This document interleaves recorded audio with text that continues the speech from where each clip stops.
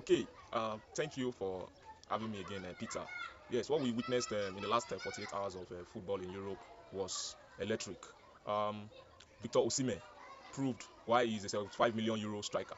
He was a constant thorn in the flesh of the Liverpool defense, led by Virgil van Dijk.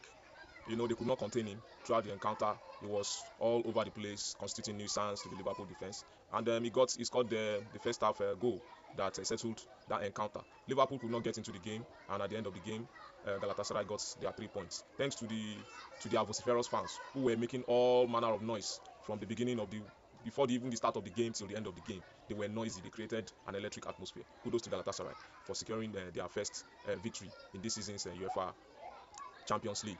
Yes, and the other encounter, Arsenal, you know, played host to Olympiacos of Greece. Mikel Arteta um, rested most of his best players, the likes of Bukayo Saka, the likes of Iberichi Eze. They were on the bench from the beginning of the game, and then they came into the game in the second half, and they contributed to Arsenal's victory. So they maintained their 100% record in this season's Champions League. We expected Arsenal to get that 3 points, and they did just that. Kudos to Mikel Arteta and his boys, Peter. What do you have to say about the Paris Saint-Germain versus Barcelona game?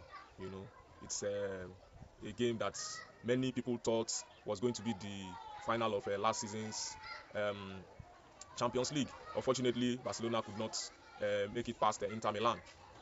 But on this occasion, Paris Saint-Germain is missing a lot of players. Peter, what's your analysis of that encounter? Hello, what a night of football. You're welcome to First 11. Yesterday, Barcelona had a very tough game against PSG. They lost by 2-1. It's surprising the way Barcelona played yesterday. I felt that Barcelona would have won that game, but unfortunately, with the display that they made yesterday, it was very, very, very unfortunate.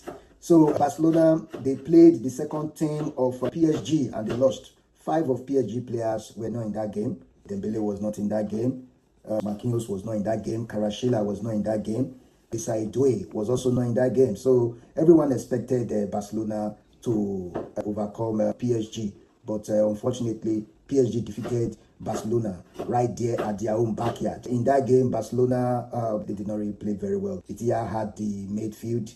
We also saw what he did in the match. So he has actually shown that he deserves the third place finish in the Ballon d'Or. Then we also saw Nuno Mendes taking on Lamine Yamal. Nuno Mendes prevented Lamine Yamal from seeing much of the ball yesterday. So PSG, they defeated Barcelona by 2-1. It was a midfield battle, and Ventija overpowered Pedri. So Barcelona, they still don't want to change their formation, still trying to use the high line, and it worked against them yesterday. So we saw the young boys of PSG, Mayalu, coming in and dismantling Barcelona. Barcelona defense looked like a piece of paper yesterday. It's quite disappointing with the way they are playing. The way PSG played yesterday, I think that PSG, they are the team to beat in this year's Champions League. Without Dembele, they could still come up with such a fantastic show. Barcelona were just running around the pitch throughout yesterday, while PSG kept on running riots from the blast of the whistle to the end of the game. Arsenal won Olympiacos yesterday. Arsenal defeated the resilient Olympiacos by 2-0. Olympiacos, they fought so hard, but Arsenal were just too strong for them yesterday. And we saw Martin Odegaard boxing the midfield. Saka also played well yesterday. He did very well yesterday, despite the fact that Olympiacos, they tried to fight back when it was still 1-0, but it didn't work out for them. So Arsenal, they've won 2 straight games now in this year's Champions League. Yes, we also saw another game yesterday. Napoli defeating Sporting Lisbon. Napoli defeated Sporting Lisbon by 2-0. Then we saw the hard-fighting Villarreal. They fought from 2 goals down to equalize the game against Juventus. That game ended 2-2. Then we saw Bayern Leverkusen, the struggling Bayern Leverkusen. Ever since Xavi Alonso left Bayern Leverkusen, they've not been doing very well. Bayern Leverkusen, they drew at home to PSV Eindhoven. Then we also saw Monaco fighting Manchester City 2-0. At the last minute, they had a penalty call, and the referee awarded the penalty in favor of Monaco. and they equalized that game. So Monaco, they drew with Man City 2-2. Then we saw Newcastle running riot against Union St. Gilloise. They defeated Union St. Gilloise by 4-0. Then Karabakh of Azerbaijan. It surprised them so far in this year's Champions League. This is their second straight win in this year's Champions League. Karabakh, they defeated FC Copenhagen by 2-0. Then we also saw Atlanta coming back from 1-0 down, and they defeated FC Club Brugge. Then we have Real Madrid, Kylian Mbappe scoring a hat-trick. They defeated Karat Almaty. Then Atletico Madrid defeated Eintracht Frankfurt by 5-1. Then Tottenham drew with Bordeaux Glint. They had a 2-2 draw. Then we also saw Inter Milan defeating Slava Prague. Then Marseille defeating Ajax by 4-0.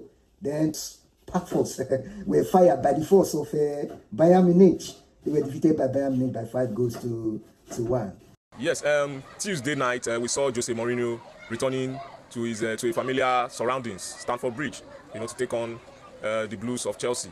He led his Benfica team, and they caused Chelsea all manner of problems. But unfortunately, a first half own goal, which Alejandro Garnacho forced, secured that 1-0 victory for Chelsea. And I think Enzo Maresca needs to work on the discipline of his players, because it seems like every match they seem to pick up a red card, and it's unfortunate. It's if that matter is not tackled, it's going to jeopardize their chances in the Premiership this season, as well as in the UEFA Champions League.